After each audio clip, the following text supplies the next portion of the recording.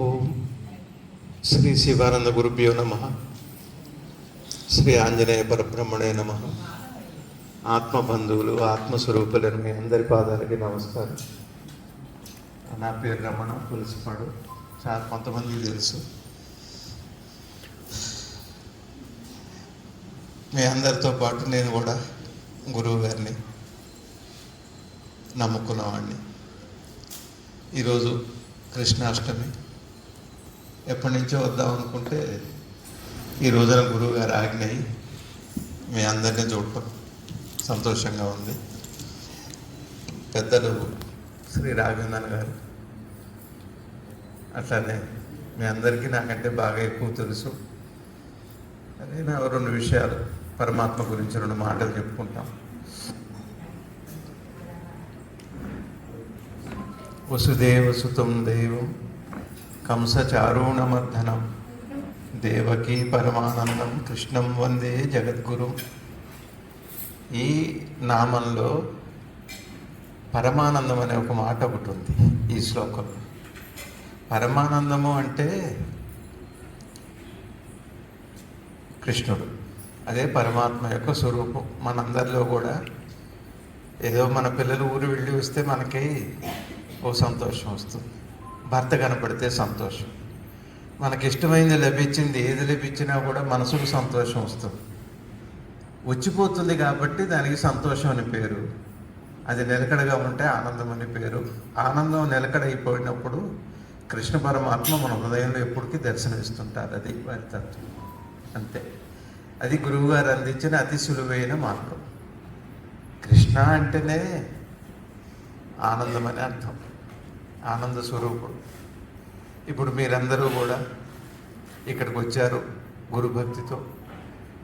ఆ గురువు గారిని 2 కళ్ళతో చక్కగా చూసుకుంటూ, పూర్వపుణ్యం ఏ జన్మ సంస్కారమో ఏమో, సాక్షాత్తు కృష్ణ స్వరూపులైన ఆ త్రైలోక్య గురువు జగద్గురువు అయిన కృష్ణ పరమాత్మే ఒక ముక్కు. ఆయన ఎప్పుడో 2500 సంవత్సరాల క్రితం శరీరం వదిలిపెట్టి వెళ్ళినా కృష్ణుడు మరీ మళ్ళా వస్తూనే ఉన్నారు.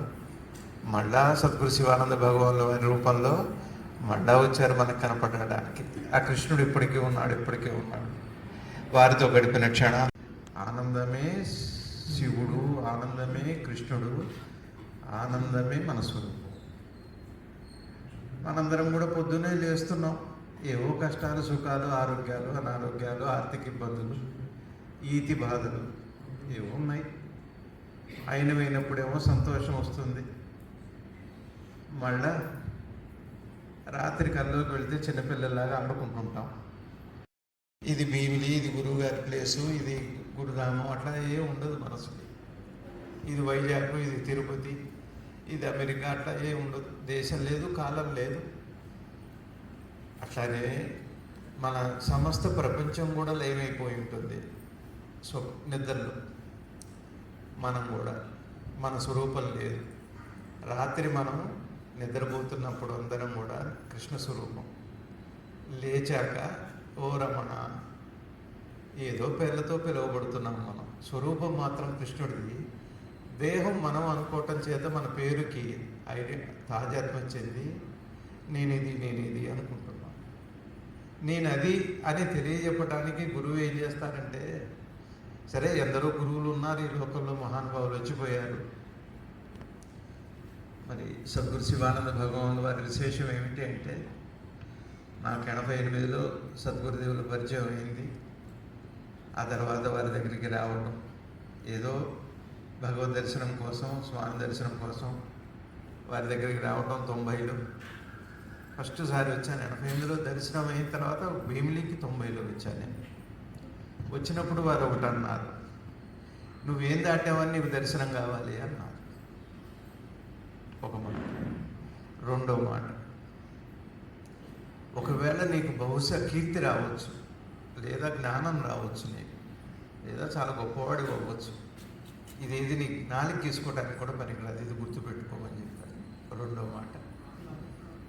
మూడో మాట, ఎప్పుడు 4 తలుపులు తెరిచి ఉండాలి, వినయంగా ఉండు, సామాన్యంగా ఉండు. ఇది నా సందేశం, ఉపదేశం అన్నారు. అయిపోయింది అంతే. సరే, అలా గురువుగారి విశేషం చెప్పాలంటే మీ అందరికీ కూడా, బహుశా మీ అందరికీ కూడా పరిచయం ఉండాలి. చాలా కాలం నాకంటే ఎక్కువ వయసు ఉన్నవాళ్ళు, ఇంకా ఎంతో అనుభవం ఉన్నవాళ్ళు ఉన్నారు. ఏ ఒక్కరోజు కూడా మీరు ఇది చేయండి, మీరు అది చేయండి అని అడ్వైజ్ ఇచ్చినట్టుగా నాకు తెలిసి లేదు. బహుశా మీకు ఉన్నదని అనుకుంటున్నాను. అడ్వైజ్ ఇవ్వరు గురువుగారు, ఎప్పుడు అడ్వైజ్ లేదు, అడ్రస్ చేస్తారు. తీసుకుంటే తీసుకుంటారు. ఎవరు కుర్చీ ఎవరికి వచ్చిందో వాడు అక్కడ కూర్చున్నారు అంతే. దానికేమీ సెలక్షన్ ఏముంది? ఎక్కడ స్థలం ఉంటే అక్కడ కూర్చుంటాం, వింటాం, దర్శనం చేసుకుంటాం, వెళ్ళిపోతాం. మన ఇంటికి మనం వెళ్ళిపోతాం. అది పెద్ద విషయం కాదు. కానీ ఆనందం మాత్రం ఒకలానే అందరికీ వస్తుంది. అట్లా సద్గురుదేవుల విశేషం ఏమిటి అంటే, మన కష్టాన్ని వింటూ, మన కష్టానికి సమాధానం చెబుతూ, అట్లానే అల్లరి ఏదో జోక్స్ వేస్తారు. ఆనందం కదా. ఆ కాసేపు ఏమవుతుందంటే, ఆ క్షణము లేదా కొద్ది కాలము గురువుగారి దగ్గర రాగానే ఒక 10 రోజుల పాటు అది పనిచేస్తుంటుంది. మనకి ఒక టానిక్ లాగా పనిచేస్తూ మన కష్టాలు మర్చిపోతాం మనం. చిత్రం ఏమిటి అంటే, కష్టాలు మర్చిపోతాం, కానీ మనకి మనం గుర్తు రాగానే మళ్ళీ కష్టాలు తిరిగి వస్తాయి. కానీ అక్కడ ఒక రహస్యం ఉంది. ఏమిటి అంటే, గురువు సమక్షంలో ఎప్పుడైతే వారు ఒక జోకు వేసి మనని నవ్వించారో, ఆ క్షణమే జన్మజన్మల సంస్కారాలు వాసనలు పోతాయి. అది గురువు యొక్క వైభవం. కృష్ణుడు కూడా అలానే చేశారు. కృష్ణ పరమాత్మ నారద మహర్షుల వారిని అడిగారు, ఏమిటి నాకు అన్ని అవమానాలే, చిన్నప్పటి నుంచి కష్టాలే, అన్నీ ఎవరో అందరూ తిట్టడమే, నన్ను ఇష్టపడే వాళ్ళకంటే తిట్టేవాళ్ళు ఎక్కువ ఉన్నారు, అసలు ఎట్లా జీవించాలి ఈ లోకంలో అని అడిగారట. నారద మహర్షుల వారు నవ్వి, సర్వజ్ఞులు మీరు, త్రైలోక్య గురువు, నారాయణ స్వరూపం మీరు, మీకు నేను చెప్పడం ఏంటి అని ఏవో చెప్పాక వారు అట్లానే ఉంటున్నారు. కృష్ణ పరమాత్మ చిత్రం అది. అట్లా సద్గురువులు మనందరినీ కూడా ఆడుతూ పాడుతూ దగ్గరికి తీసుకుంటూ ఏవో అల్లరి చేయించి నవ్వించి మన పాపాలను తీసేశారండి. అది వైభవం. గురువు గారి డిజైన్ అలా ఉంటుంది. ఎక్కడ మంత్రం చేయండి మీరు, మనం యోగం చేస్తాం. మన మనసు ఎంత, మన శక్తి ఎంత, అల్పశక్తి, అల్పబుద్ధి, అల్పమతి. ఒక క్షణం గుర్తుంటుంది మాత్రం, తర్వాత ఏదో పిల్లల పేర్లు ఏవో ఉంటాయి, జాస ఉంటాయి. అయినా ఇష్టమే వారికి. ఇది వదిలిపెట్టమని చెప్పరు, అది పట్టుకోమని కూడా చెప్పలేదు. ఇది వదిలిపెట్టడం ఎట్లానో వారే చేస్తారు. ఎట్లా వదిలిపెట్ట, ఒక్కసారి గురువు దగ్గరికి, సద్గురువు దగ్గరికి ఒక విశ్వాసంతో వెళ్ళినప్పుడు ఆ క్షణమే వదిలిపెట్టడం మొదలైంది. గురువు దర్శనమే ఈ దేహభ్రాంతి, మనసు భ్రాంతి, ఇంద్రియ భ్రాంతి అన్నీ కూడా వదిలిపెట్టడం అనే ప్రక్రియ గురు దర్శనం ఏ మొదటి క్షణమైందో ఆ క్షణమే మొదలవుతుంది. ఒక్కొక్కరికి జన్మ సంస్కారాల చేత, వాళ్ళ పూర్వవాసాల చేత ఆ గురువు యందు సరైన అవగాహన ఉండకపోవచ్చు. అదేం పర్లేదు, అది కూడా ఇష్టమే వారికి, అన్నీ ఇష్టమే. ఎందుకంటే ఒక మార్గం లేని వాళ్ళకి, ఒక విధానం లేని వాడికి అన్నీ ఇష్టంగానే ఉంటాయి. ఒక విధానంలో ఉన్నవాడికి మాత్రమే అన్నీ కష్టం. ఇది తప్పు. నువ్వు సంసారం ఎందుకు చేస్తున్నావు, నువ్వు పిల్లలతో ఎందుకు ఆడుకుంటున్నావు, నువ్వు ఎట్లా ఉండొద్దు ఇట్లా ఉండొద్దు అని చెప్పేవాళ్ళు విధానంలో ఉన్నవాళ్ళు. నిదానమైన వాళ్ళు ఎప్పుడు అలా చెప్పరు. నిదానం అంటే వైద్యం అంటారు. ఆయుర్వేదంలో మందు ఎట్లనో నిదానం అట్లాంటి. నిదానం అంటే దానికి ఏం ఇస్తే ఏ జబ్బుకి ఏ మందు ఇస్తే తగ్గుతుంది, ఏ గుణం ఉంటే ఏది పోతుంది. ఇప్పుడు ఆ పిల్లలు ఉన్నారు, వాళ్ళిద్దరు ట్విన్స్, వాళ్ళని ఒక పాట పాడమన్నాం అనుకోండి, సిగ్గుపడుతూనే పాడతారు. అప్పుడు ఆ కృష్ణుడు ఉన్నట్టే ఆ సమయం. చాలా ఇది గురువు గారు ఇట్లా సాగుతారు మన అందరినీ. అది గురువు యొక్క వైభవం. తర్వాత నిజామాబాద్లో ఒక ఆవిడికి ఏదో కృష్ణ దర్శనం చేసుకోవాలని ఉంది పాపం ఆవిడకి. చిన్న విషయం, ఇందులో ఒక రహస్యం ఉంది.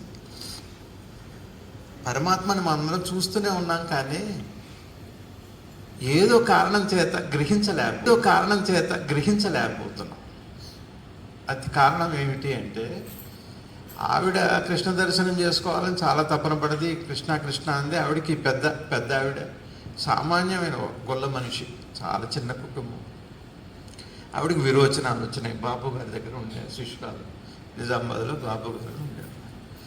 తెల్లవారులు కృష్ణ పరమాత్మ ఆ బాల రూపంలో ఆవిడని బాత్రూమ్కి తీసుకెళ్ళటం, ఆవిడ అది అయిపోయాక మళ్ళీ ఆవిడని పట్టుకొని నీళ్ళు ఇవ్వటం, ఆవిడని తెల్లవారులు ఆవిడకి సేవ చేశారు కృష్ణ పరమాత్మ.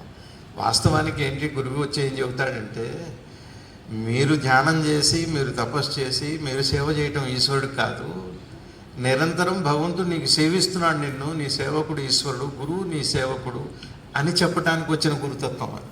అట్లాంటి గురుతత్వం మన గురువు గారిది. ఆ తర్వాత ఆవిడకి మళ్ళీ కృష్ణ దర్శనం కావాలని వాళ్ళ గురువుని అడిగింది. అడిగితే ఆ గురువుతో కోపంగా అడిగింది, నాకు కనపడట్లేదు ఆయన.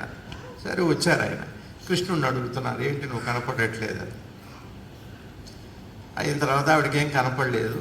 అప్పుడు కృష్ణుడు చెప్పారట, నేను మీ ఇద్దరి మధ్యనే ఉన్నాను, నేను ఆవిడికి నా మీద కోపం ఉంది, ఆ కోపం వల్ల నన్ను చూడలేకపోయింది, అంతే, నేను అక్కడే ఉన్నాను. నేను చూడండి, మన వికారాలు, కోపాలు, తాపాలు, అసూయలు, ద్వేషాలు, ఎందుకు పక్కన ఉంటామో, ఎందుకు దూరంగా ఉంటామో, ఎప్పుడు ప్రేమ పడతామో, ఎప్పుడు ద్వేషిస్తామో, చిన్నవే కానీ చాలా పెద్దవి. ఒకసారి గురువుగారితో నేను హైదరాబాదు కార్ డ్రైవ్ చేసుకుంటూ వెళ్తున్నాను, గురువుగారిని తీసుకొని. అంటే దూరంగా సూర్యుడు అస్తమిస్తున్నాడు, సాయం సమయం. సూర్యుడు కనపడుతున్నాడా నీకు అని అడిగారు. కనపడట్లేదు స్వామి అన్న. ఎందుకని అన్నారు. అంటే ఒక చెట్టు అడ్డు వచ్చింది అన్న. చెట్టు పెద్దదా, సూర్యుడు పెద్దవాడా అని అడిగారు. సూర్యుడే పెద్దవాడు అన్న. మరి చెట్టుకు వల్ల ఎందుకు కనపడట్లేదు? నీ వేలు పెద్దదా, సూర్యుడు పెద్దవాడా? సూర్యుడు ఎక్కడ, సమస్త లోకాలని వెలిగిస్తున్న ప్రకాశవంతమైన వాడు.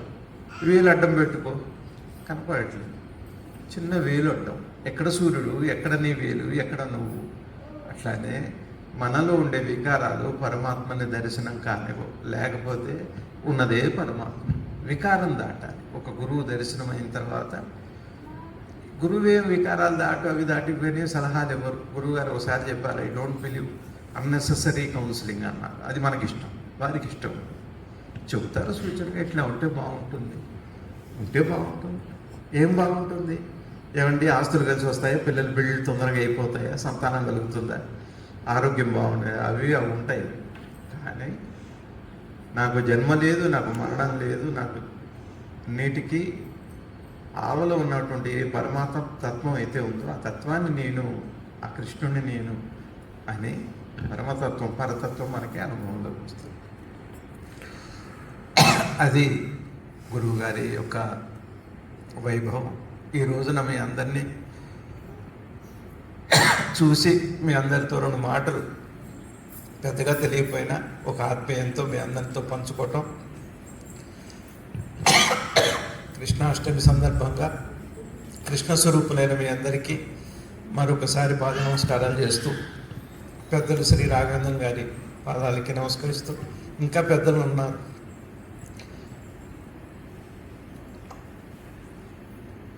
అట్లనే శ్రీ హంస గారు, అట్లనే శ్రీ సుబ్బారావు గారు, ఇంకా పెద్దలు అక్కడ ఆదినారాయణమూర్తి గారు ఉన్నారు, తెలిసిన వాళ్ళు, రాధాకుమారి గారు ఉన్నారు. అందరూ పెద్దలందరికీ నమస్కారం.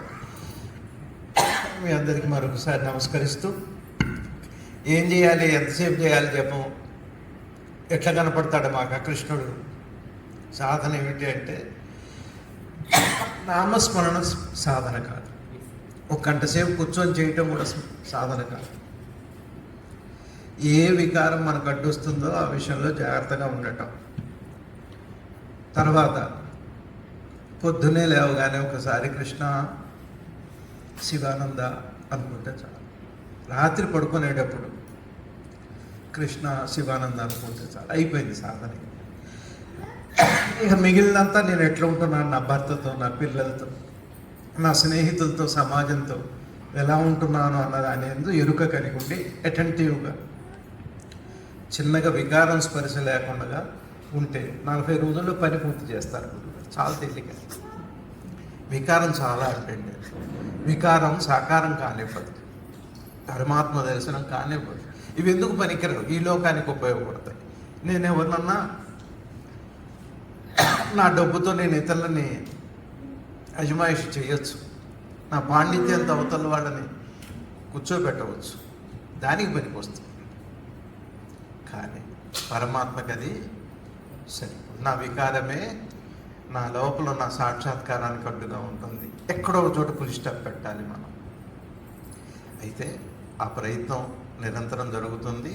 మనందరి తరఫున కూడా సద్గురుదేవులు లోపల ఉండి నిరంతర సాధన చేస్తున్నారు. ఈ జీవుడి మీద ఉండే అనుగ్రహం ఉంది, అనుగ్రహ స్వరూపం. వారికి నాకు ఈ కృష్ణాష్టమి రోజు వారి దర్శన భాగ్యం కల్పించారు. వారికి మనస్ఫూర్తిగా సాష్టాంగ ప్రణామాలు తెలియజేసుకుంటూ మీ అందరికీ నమస్కారం తెలియజేస్తూ